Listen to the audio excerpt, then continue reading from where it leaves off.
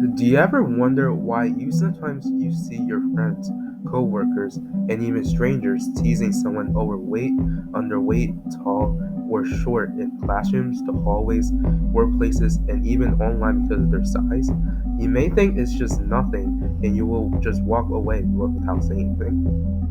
Well, it may be surprising, but what they are doing is actually harmful to mental health. This method is actually a form of bullying that can cause mental problems to ones that are overweight. This message is brought to you by Jane Ramos, a senior at Trail Eats, telling you to burn cigarette and stop fat shaming.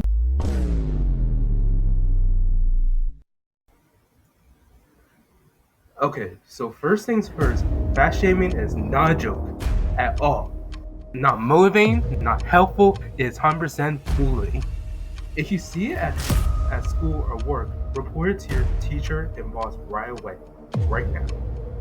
Ones that are fat shamed, according to research, leads to depression, anxiety, eating disorders, and even more risk of suicide to all ones that are overweight, underweight, tall, and short.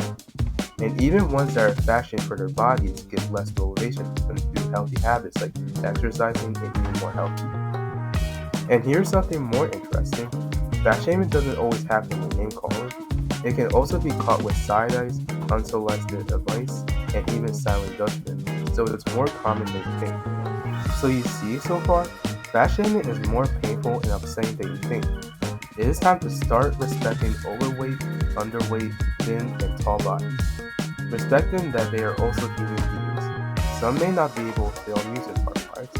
Some may be too big or too small for clothing. But that doesn't mean that don't tease at them. Just appreciate who they are because they are not aliens or animals. And it's also best that if someone is fat shaming you, do not listen to them. They're just jealous of you and just want you to get you angry.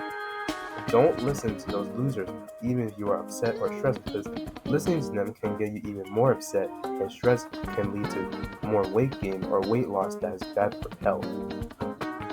So I interviewed two of the closest people I know nearby, but they were both camera shy and didn't want to be seen or heard in this PSA. So their answers will be seen on screen. So the first interview is my mom. Parents must always be my PSA. She is going to tell us of her thoughts on the psychological and social impact of fat shaming. Would say to someone who doesn't believe fat shaming causes real harm that they are not informed in the way other people process criticism because other people can brush it off and accept who they are. I think what kids or teens learn when they hear adults make comments about body size is that they are being incorrectly informed because that is unacceptable. I think people stay silent when they see someone being fat shamed because they are cowards and are afraid to stand up to bullies.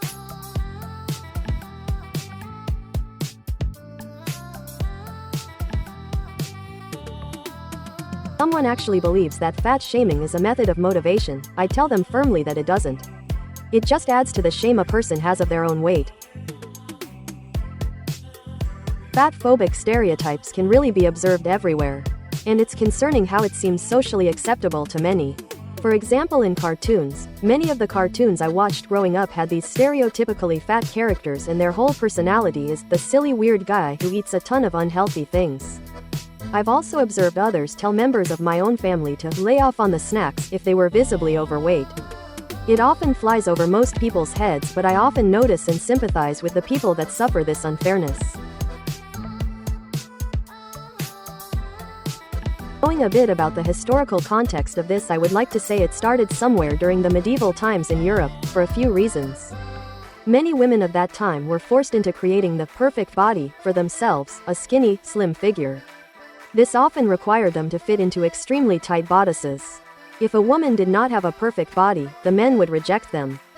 This didn't just apply to women too. I heard a story of a young kid with a genetically inherited disorder that caused him to be extremely overweight. There's a whole story how the king of the land found his overweightness to be fascinating and ordered him to come over and be a spectacle for his subject. I could go on and on, but the stereotypes have unfortunately stayed the same ever since. So let's just make the world a better place where no one feels ashamed of who they are. Make the world where all bodies are seen, supported, and respected despite not being able to fit certain things. So speak up when you catch fat shaming. Report it. Challenge harmful stereotypes. Treat all bodies with kindness and dignity. Now stop the shame. Start the change.